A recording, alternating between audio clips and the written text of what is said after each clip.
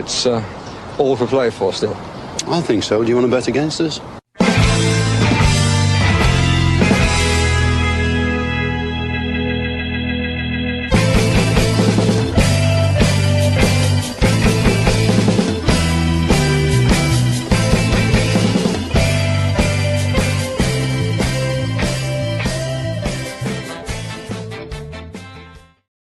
Hello, Aston Villa. Whoa, I'm all the way over there. Hello, Aston Villa fans, and welcome to For the Love of Paul McGrath podcast and team sheet tantrum for Leeds. Paddy's over in Ellen Road today, so I don't think he's going to be joining us.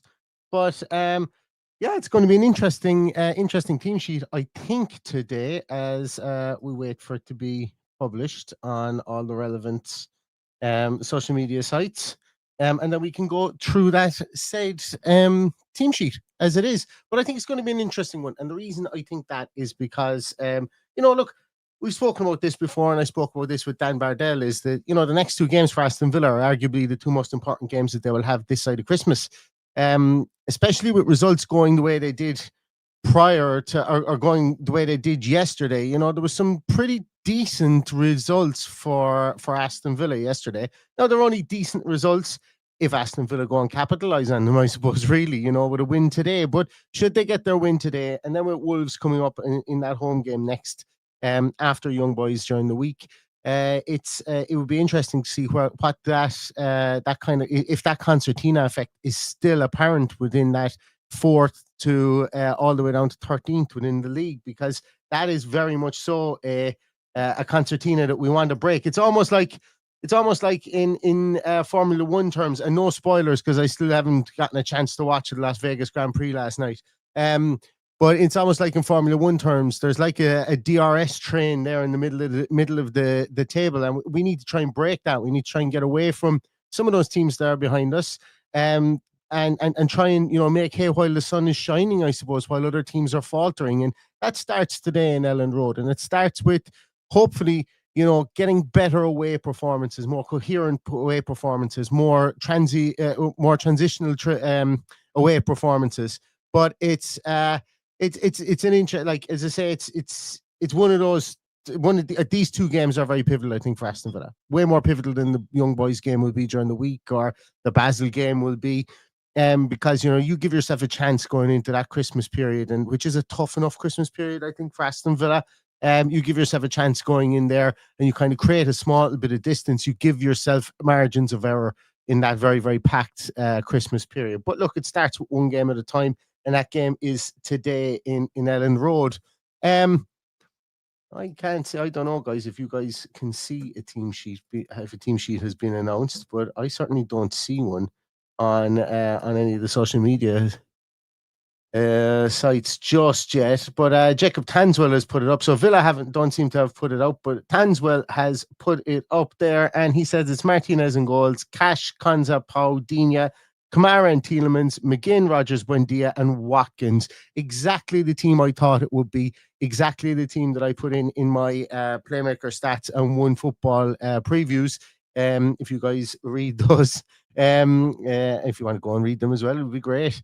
That's the team I expected Aston Villa to go with. George Hemmings comes in on the bench, it seems, as there it is. It's up on Villa Twitter now, so I'm just going to share the screen to just make it easier and we can talk through it. So let us share the screen. There we go. So there's Yuri Tielemans there again. On the bench, we have Marco Bizot, Victor Lindelof, Lamar Bogart, Ross Barkley, Ian Matson, George Hemmings, who I personally feel is going to be has all the attributes to be the next one off the conveyor belt into Aston Villa's midfielder, into Aston Villa's first 11. I think really, really highly of him, as do the academy team and obviously Unai Emery. Then you've got Daniel Malen, you've got Jadon Sancho and Evan Gassan. So no Harvey Elliott on the bench again. But we're getting used to that now at this stage. So strong bench, strong first 11, the strongest first 11 I would wager that we currently have, based on form and based on talent, I think, and based on fit within the team at the moment.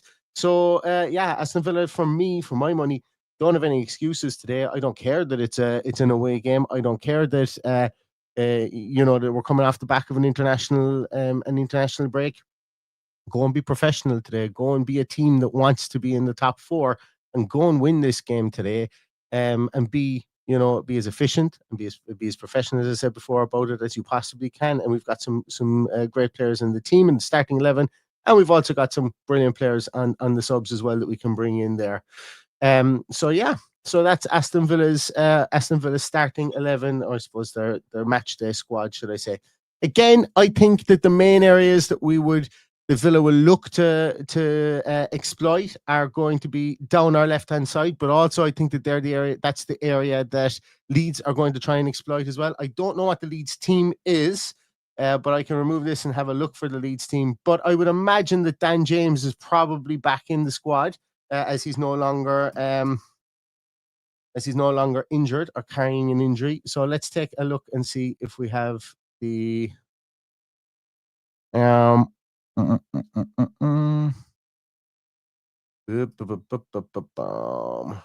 are Leeds? The Leeds 11 is here.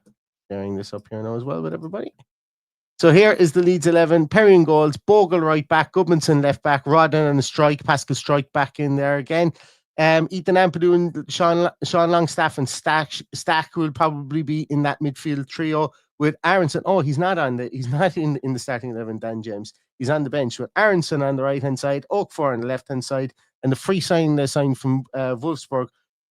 I think, was it Lucas Nemechka? I know he's got a brother as well, and I can't remember which one of them played with the England under 19s or under 20s as well prior to moving to play for the German underage teams as well. But anyway, whichever one of them it is in there as the lone striker for Leeds today. On their bench is Carl Darlow, Jason Justin, Bijal, Gruyev, Tanaka, Nanto is back, Dan James is back, Joel Perot, their striker that scored so many goals in the championship, is on the bench, and Dominic Calvert-Lewin is on the bench also. So again, as I was saying there previously, it doesn't really change anything for me. I think that their right-hand side is somewhere where we're going to have to go at.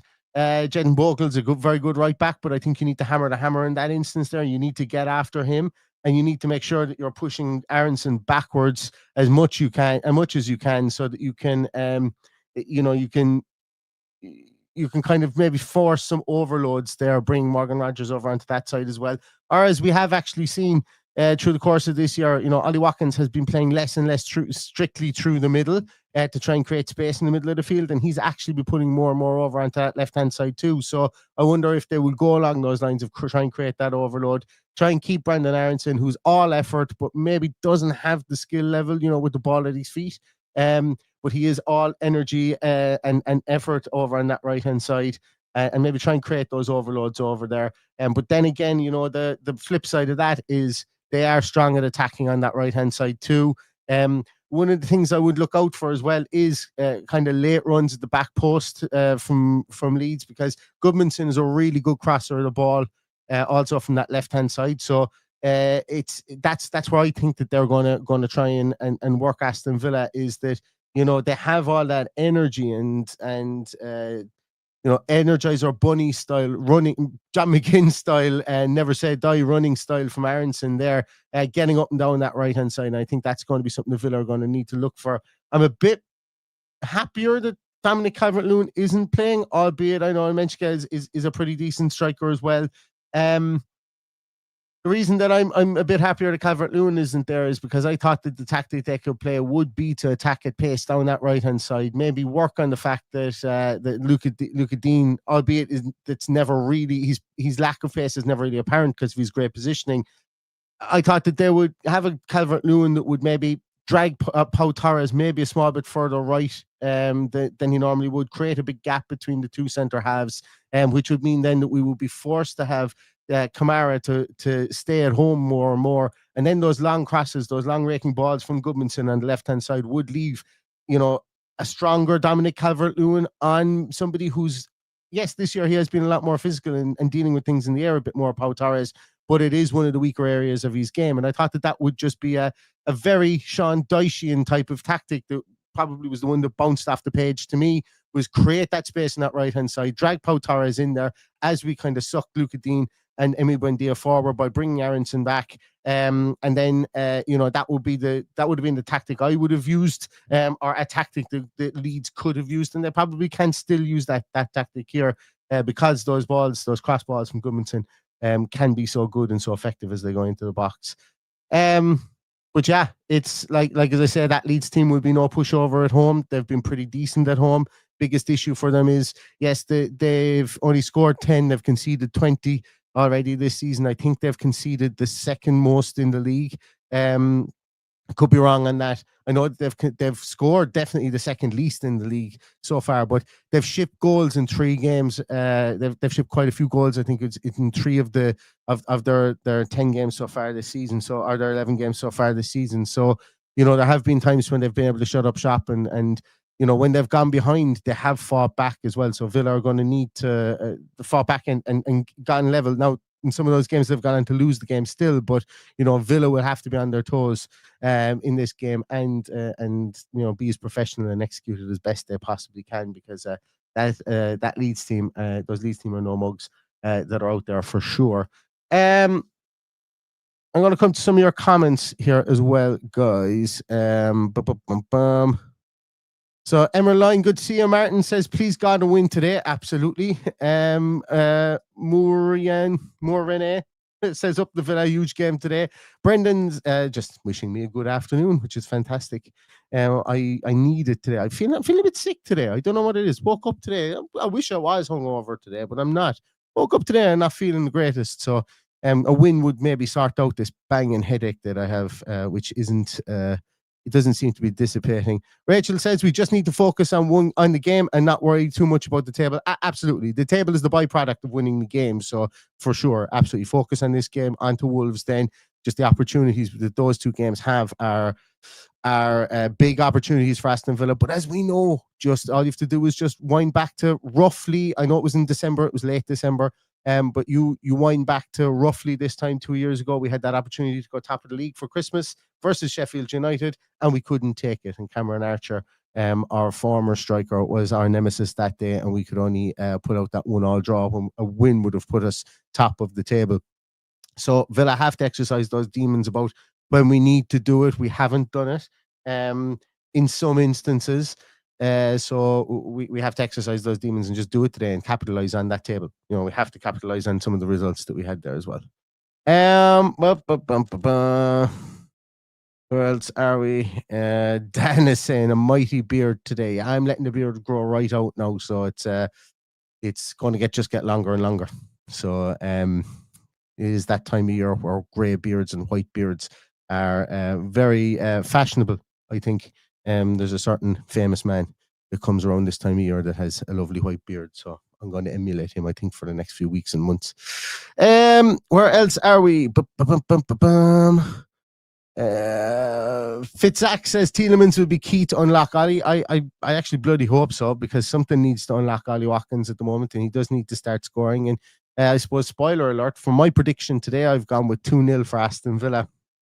And I've gone with a defender scoring, and I've gone with Ollie Watkins scoring. So that's my hot/cold/non-existent take for this game today. I think a defender is going to score. I have no idea why. Just feel it in my waters. And I think that Ollie Watkins will get off the snide with his run of form recently and get a goal today, and hopefully we can do the business. But Tielemans, it's great to have Tielemans back in the team, because while we've been lauding players like John McGinn, who really has just held down the fort in there in midfield while we've had so many injuries, we forget how good Joey Tielemans has been. We've barely seen him at all this year. And specifically, we've barely seen him play in that 6th position alongside Kamara to be able to dictate play like we saw a lot last year, because at the start of the season he was playing in the 10 position, and then he got injured, and we haven't seen him for a while. So great to have him back, and somebody that all the rest of the players in the team as well look up to and appreciate his talents, and so they should, because he's a bloody good footballer. That's for sure. Dan says George Hemmings in the bench. Absolutely, I mentioned there as well. Somebody I've got a lot of time for. It's a funny one, because last year he really stood out at his age group. obviously when Villa's underage teams in their academy were rocking it. And then he had an injury to start this season, and he's kind of been slowly getting back up to speed. Not been amazing in any of the academy games I've seen, but what we saw from him in preseason, what we saw from him in from last season as well. The man is certainly talented, and great to see him on the bench today. Albeit that our bench does have quite a lot of midfield options in there. I don't expect him to get any run. I don't expect him to come on today, considering you've got Ross Barkley and Amar Bogart, Jadon Sancho, Evan Gassand in there as well. Daniel Mallon, I suppose, if you want to classify him, but I think at this stage he's the substitute number 9. And then you've got George Hemmings in there. So it's I don't expect him to see game time, but this is somebody that maybe, if we're winning games in the Europa League, we might see him come on for the last 10, 15 minutes, as I say, against maybe young boys during the week. Maybe this is integrate him into the team, have him. He's on the squad B list, I think, as well, because he's considered a homegrown player, not a club trained player, but obviously a homegrown player. He's probably in that B list. I don't know whether he's in the A or the B list, whichever one, but which means he will be able to play in European games, I would imagine, and maybe that might be the blooding ground for him over the course of the next few weeks. Because again, the bigger your squad, bigger you can make your squad going into the packed festive season, the better it's going to be for Aston Villa. And we want to have players coming through the academy, because I saw a really, really weird one, a really strange statistic. Is it Everton, Burnley, and Spurs are 3 teams who have not fielded a homegrown academy product has not got a minute's football at all this year. That's an incredible statistic, specifically for a team like Everton and for a team like Spurs. I think it was Everton anyway, was in there, but it was definitely Spurs. It was actually about how the Spurs academy has kind of faltered recently. And I know Aston Villa haven't been a paragon of brilliance in that over the last 12 or 18 months. Albeit that we had Jacob Ramsey last year, we had Omari Kennyman getting minutes the year before. We have seen the odd kid here and there on the bench, and Bradley Burrows has got time this year as well. Lamar Bogart, considered homegrown, is in there too, and now George Hemmings. So Aston Villa are giving very small amount of minutes to players, homegrown players, as and when Unai sees fit. Are they getting massive runs in the team? No, but it's all about blooding these players and getting them in a timely manner. And hopefully George Hemmings is one of those that comes in, stays with the team, and and I know before I even come to the comments, me talking about George Hemmings, I'm sure there's going to be a comment in there that talks about, and we can sell him for 15 million for PSR reasons in a moment, which I won't be reading out because I don't want to bring myself to the realization that all academy products are just seen as handy money. Where else are we? So Western Nude says, I'm not good at that Onana's injured again. I'm more like pissed off he's injured again. Well, he trained on the grass this week, if I'm not mistaken. Now, unless somebody has an update for me, I haven't been on social media an awful lot this morning. Unless somebody has an update on his injury, but I think he was training with the team all week. I think he just essentially failed the late fitness test. So I would imagine it's not a long-term one. He's just out of the squad for today. With a niggle, but I'm not sure. If somebody can enlighten me on that one, that would be fantastic. Where else are we? Peter saying, hoping Liverpool recall Elliott in January. They can't, as far as I'm aware. Well, they can, but there's no agreement for it. So they would need to come to Aston Villa, and Liverpool would need to come to an agreement. So Villa can't send him back in January, and Liverpool can't just recall him as part of the deal. They would essentially have to rip up the loan deal and start again, and whatever legalese comes along with those. But look, as I say, Harvey Elliott is a non-entity within this team, and we'll see what happens to him in January. I think that's for sure. Sai says, the footy is giving me a good distraction for all manner of shite going on personally. Come on, Villa, win this, go for it, and then beat the Dingles next again. Well, I hope the personal stuff, Sai, is gets better soon. And I saw a lovely video you had up of your grandson playing football for is it Fleetwood Academy, I think, as well. So he looks a talent, I'll tell you that, Si. And he was dribbling around players that you mentioned there were more than likely going to go off and sign for Blackburn soon. So well done, that young man. And as I say, hopefully things get better for you soon. So I really, really do. Dave Scott says Leeds are decent at home, but they're awful away. But this is no walkover. Absolutely. Yeah, Leeds Ellen Road form is pretty okay. And Villa need to be aware of that when they do go there. And that fan base is just Leeds mad, Leeds mental. But the fan base is a small bit toxic at the moment from the point of view of they don't like FARC. They really don't like FARC. And I'll be honest, I was, one of my mates is a big Leeds fan. I met him yesterday and I was chatting to him about the game or whatever. And that was the thing, like he basically said, and it's an easy thing to go to, but I didn't get my opposition research piece out. And the reason being is the audio was absolutely awful. I don't know what happened but I didn't have time to re-record it. But when I was watching, I watched 4 clips from 4 different Leeds podcasts, and it very much seemed like they were still like, well, we want Bielsa back. We want Marco Bielsa back. He's going to get the sack from Uruguay. Why don't we just go and get him and bring him back? And it seems very much like that. Longing for a lost lover situation at Leeds, which was the same with when Jesse Marsh was there too. And it was funny because the two podcasts were very much a case of let's back FARC, let's get going here. And the other 2 podcasts were like, let's get him out of here. He's no good in a relegation battle. All he can do is he can win on the front foot, which seems a bit silly. And I know in the championship, they got 100 points in the championship. Bielsa never did that. Maybe FARC's level is the championship. I don't know. I really don't know how I feel about him as a manager, to be honest with you. But yeah, it seems like they're very much torn down the middle about the actual manager, wanting him in and wanting him out as well. So, that might play in an early goal. There could be some boo boys out because my mate wants FARC to stay. He wants him to stay in the job, but he was of the opinion that lose to Villa today and he could get sacked.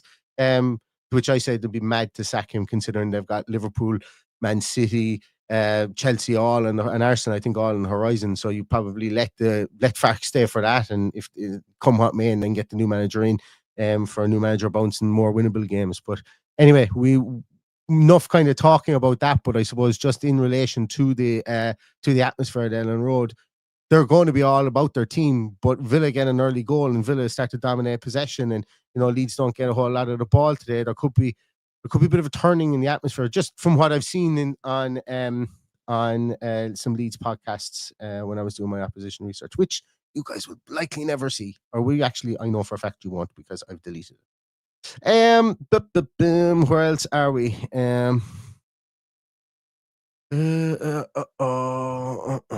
Biff is asking what happened to Garcia. Back out on grass training again as well. I don't know what the injury was. I don't know. I think it was some sort of hamstring. I've got in the back of my mind it was some sort of hamstring injury, but he's back out in the grass training. He's been training for the last couple of weeks in the grass, so it's really interesting to see what happens with him there. And John Steer says about PSR changing to SCR, and unfortunately, or John Steele, sorry, should I say? Unfortunately, I don't think it does really suit us. But anyway, I do have a piece on that, and I've got somebody joining me to talk about that who has written books. It's not Kieran Maguire, but another person who's written books on finances of football as well, to explain that a small bit more. I just don't know when we're going to have it, or when we're going to be able to get together to do it. Hopefully, it'll be during the week as well. Where else are we? Echo Banger says Barkley has been our nearest player to Tielemans this season, as in the player to break the lines. Yeah, absolutely. And I think that's because, that's definitely, he is when we've definitely played him in the 10. And I think he's going to be used as our quote unquote, I was going to say bomb squad, but you know what I mean? The guys who come off the bench are finishers, I suppose, in games. Comes off the bench in that 10 role, comes in and is able to add an impetus, add a bit of guile in that 10 role while players are more tired. We've seen him do that prior to the international break, and it suited him, and he's played two good games prior to the break as well, should I say. Right, guys, I'm going to need to run away in a minute or two. If you guys want to get in your predictions for what the score is going to be today, I will read down through those. As I said, I think that this is probably going to... I think that I'm very hopeful Aston Villa will win today. I'm borderline expectant Aston Villa will win today. Because it's what I would expect of a team that is now no longer this it shouldn't be new to them, getting results like this when they need to capitalize on other teams, because we've gotten into the Champions League. We've been in the top 6, quote unquote, over the last top 7, I suppose, for the last 3 years. This shouldn't be new to this team. This is the hurdle of the team. This is like, you should be expecting a team to go to the ground, away to a ground of a team that is, not performing really well at the moment, and get the result we need to propel us up the league and to get us away from that concertina effect in the middle of the table. So that's why I'm saying that I'm hopeful, bordering on expectant, because it's part of the team's maturity that has to happen. It just has to happen if we are to fulfill the potential, or continue to fulfill this potential that this team has. So that's why I'm going for an Aston Villa win today. But I want to know how you guys are doing, and we'll see what scores you guys want, or what scores you think as well. Michael Huggins is saying 3-0 to Villa. Ger is saying 3-1 Villa. Joe is going with 3-1. Sai is going 2-0 to Villa as well. John Steele is going 4-1. Marine Boy is going for 1-0 Villa. Michael O'Brien is going 3-0. Richie is going for 2-0. Audrey's going 2-0 Villa as well. Ozgerm is going 3-1. Garrett is going for 2-1. Joe is going for 2-0. Junior is going for 2-0. Ty Doyle is going for 2-0 as well. Neil, the other Neil ABC, is going for 4-0 Villa. Paul is going for 2-1. Elizabeth is going 3-1. 2-1 says Dennis. Lynn is going for 2-1. Dave is going for 1-0 to Villa. User PL3BE10X2U is going for 3-0 to Villa. Sorry, I don't know what's happened here, guys. There must have been an update to StreamYard whereby it's taking it's not taking the names like it used to, so apologies. Echo Banger is going for 2-0 away win. Black Country is going for 2-1 to Villa. 3-1 says Richie Ryan. Villain Forever is going for 3-1. Esque is going for 4-0. Vocal Village is going 3-0 Villa. Michael Richards is going for 2-1 Villa. Cat Cannon's going for 2-0. Kevin Donnelly is going for 3-1. Sai saying if it's 0-0 at halftime, don't panic. Did the damage the second half last year? Absolutely. Jamie Toohey is going for 3-2 to Villa, and Dell is going for 3-0 to Aston Villa as well. So yeah, you guys are kind of like me. We really want this win. We're really hoping for this win away at Elland Road. And regardless of what happens, I will be here on the final whistle to talk through it with you guys in our post-match podcast as well. Now, also, what you guys will know, we do throw you guys into Statos, AVFC Statos watch along, and I just want to make sure that I actually have that properly set up. So please bear with me one moment there while I make sure that we're set up there.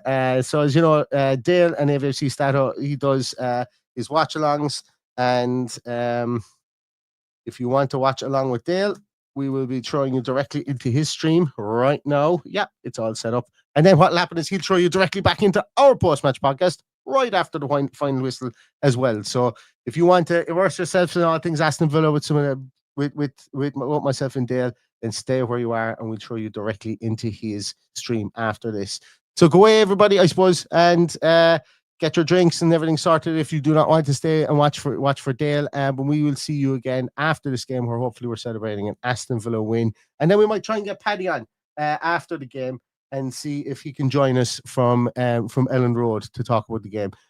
Maybe we'll only do that if we win, but still, we might get him back on to see what the crack is from Elland Road. So anyway, listen, thanks so much, everybody.